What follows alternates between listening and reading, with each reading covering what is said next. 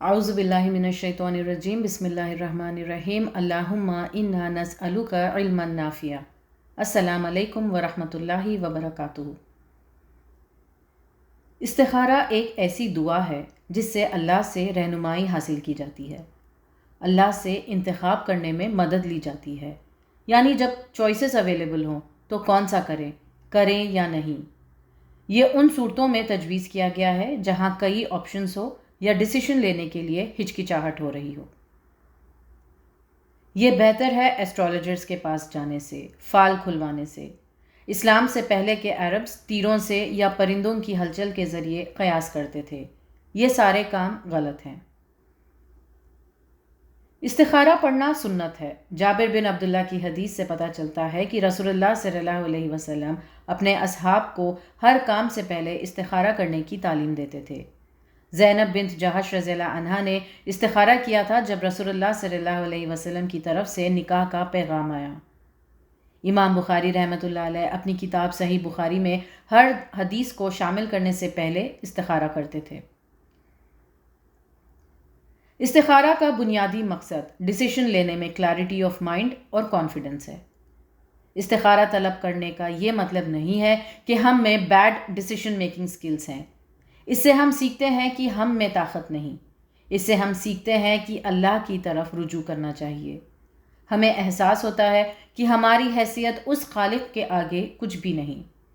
عاجزی کا، اپنی بے بسی کا احساس ہوتا ہے، جس سے ہم میں سے کبر کی فیلنگز کم ہوتی ہیں۔ اس سے ہم اللہ پر ٹرسٹ کرنا سیکھتے ہیں۔ اس سے ہمارا تعلق اللہ سے اسٹرانگ ہوتا ہے۔ اس دعا میں اللہ کی تسبیح اور حمد ہے اور اظہار ہے کہ ہمیں ہر وقت اللہ کی ضرورت ہے۔ استخارہ ادا کرنے کا صحیح طریقہ یہ ہے کہ پہلے وضو کیا جائے، پھر 2 رکعت نماز پڑھی جائے اور پھر اس کی مخصوص دعا پڑھی جائے۔ اس کی دعا کو مطلب کے ساتھ پڑھیں گے تو دعا کی گہرائی کو سمجھ پائیں گے، لیکن دعا کو عربی زبان میں پڑھنا ضروری ہے، صرف ٹرانسلیشن نہیں پڑھ سکتے۔ دعا یاد ہے تو حافظے سے پڑھ سکتے ہیں، ورنہ کتاب سے یا اسکرین پر دیکھ کر پڑھنے میں کوئی حرج نہیں۔ کچھ اسکالرز سجیسٹ کرتے ہیں کہ اس نماز کی پہلی رکعت میں سورہ کافرون اور دوسری رکعت میں سورہ اخلاص پڑھی جائے، لیکن دیگر علماء ایسی کوئی ریسٹرکشن نہیں رکھتے۔ استخارہ کرنے کے بعد دیکھنا ہے کہ دل کا رجحان کس طرف ہو رہا ہے۔ دل مطمئن نہ بھی ہو، راستے خود بخود بنتے جاتے ہیں بہتری کے۔ کوئی کام آسان ہو جاتا ہے تو علامت ہے کہ اس کام میں خیر ہے۔ اگر کوئی کام مشکل ہو جائے یا آگے نہ بڑھے تو یہ علامت ہے کہ اس طرف خیر نہیں ہے۔ مشورے لے سکتے ہیں ان سے جنہیں اس چیز کی نالج ہو، جنہوں نے وہ چیز ایکسپیرینس کی ہو۔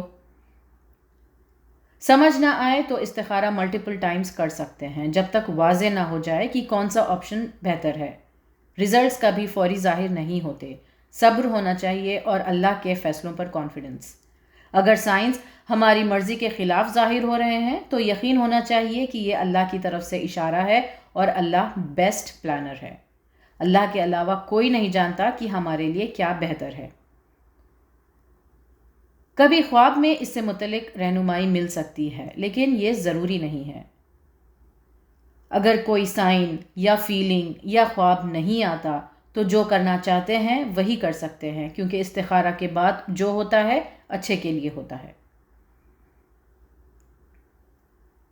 استخارے کی نماز دن میں کبھی بھی پڑھ سکتے ہیں، سونے سے پہلے ہی پڑھنا ضروری نہیں ہے۔ استخارہ کرنے کے بعد کسی سے بات کرے بغیر سونا درست نہیں ہے، بات چیت کر سکتے ہیں۔ رات میں نیند میں سے اٹھ کے استخارہ کرنا درست نہیں ہے۔ فرض نماز کے بعد ہی پڑھنا ضروری نہیں ہے، پڑھ سکتے ہیں لیکن ضروری نہیں۔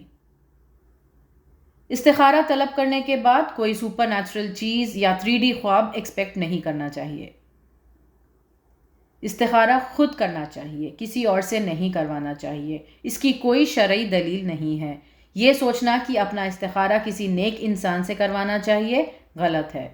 کسی کو پیسے دے کر استخارہ کروانا تو بالکل بھی غلط ہے۔ بچوں کی شادی کے لیے ماں باپ کا استخارہ کرنا ایک بحث والا موضوع ہے، لیکن اکثریت کی رائے ہے کہ ماں باپ کر سکتے ہیں کیونکہ فیصلہ انہیں لینا ہے۔ بچوں کو انکریج کرنا چاہیے کہ وہ اپنے معاملات میں استخارہ کریں، جیسے ویکیشن پر جانے سے پہلے، کالج میں ایڈمیشن سے پہلے، کوئی سرجری کروانے سے پہلے، کوئی بڑی پوزیشن لینے سے پہلے وغیرہ۔ اسکالرز کہتے ہیں کہ ایک نماز میں ایک سے زیادہ معاملات جمع کر سکتے ہیں، جیسے گھر اور گاڑی خریدنے کے لیے ایک ہی استخارہ کرنا۔ ہمارے معاشرے میں صرف شادی کے لیے ہی استخارہ کیا جاتا ہے۔ عادت کر لینی چاہیے کہ ہر کام سے پہلے استخارہ کریں، کیونکہ ہم نہیں جانتے کس چیز میں ہمارے لیے بھلائی ہے اور کس چیز میں شر۔ کسی وجہ سے اگر استخارہ کی نماز نہیں پڑھ سکتے، جیسے سفر میں ہیں یا پیریڈز میں یا کوئی ایونٹ میں، تو صرف اس کی دعا پڑھ کے اللہ سے گائیڈنس طلب کر سکتے ہیں بنا 2 رکعت نماز پڑھے۔ اگر کبھی کسی امیڈیٹ چیز کے لیے استخارہ کرنے کی ضرورت ہو اور ڈیلے نہیں کیا جا سکتا تو اسے ممنوع اوقات میں بھی پڑھ سکتے ہیں، جیسے سن رائز یا سن سیٹ کے ٹائم پر یہ نماز پڑھنا۔ لیکن اگر کوئی ایمرجنسی نہیں ہے تو ان اوقات میں پڑھنے سے پرہیز کرنا چاہیے۔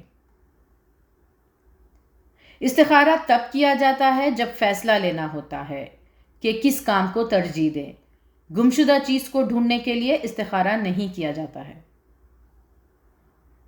استخارہ کرنے کے بعد بھی کبھی ہم غلط ڈیسیشن لے لیتے ہیں یا وہ کام ہمارے لیے صحیح ثابت نہیں ہوتا، جیسے شادی کے لیے استخارہ کرنے کے بعد بھی طلاق ہو سکتی ہے، یا کسی معاملے میں کبھی کوئی دنیاوی نقصان ہو سکتے ہیں۔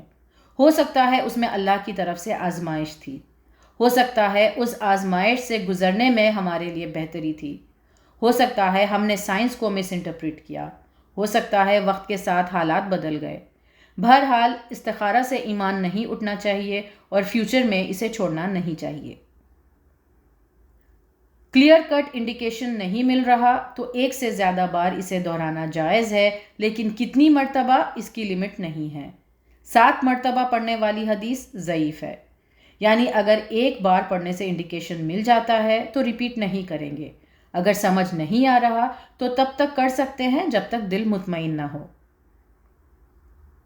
حرام اور ناپسندیدہ کاموں میں استخارہ نہیں کرنا چاہیے، جیسے اپنے پیسے جوئے میں لگاؤں یا نہیں، سنگر بننے سنگنگ کمپٹیشن میں جاؤں یا نہیں۔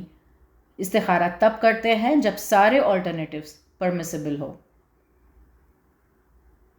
استخارہ ایک ایسی سنت ہے جسے ہمیں اپنی زندگیوں میں شامل کرنا چاہیے۔ اس میں ہم ہمارا معاملہ اللہ کو سونپتے ہیں۔ استخارہ کرنے والا کبھی مایوس نہیں ہوتا۔ اللہ ہم سب کو رہنمائی اور آسانیاں عطا کرے۔ اللہ ہمیں توفیق دے کہ ہم استخارہ کے عمل سے اللہ سے اپنا تعلق مضبوط کر سکیں اور اس سنت کو ریوائیو کر سکیں۔ وآخر الدعوانا ان الحمد للہ رب العالمین۔ السلام علیکم ورحمۃ اللہ وبرکاتہ۔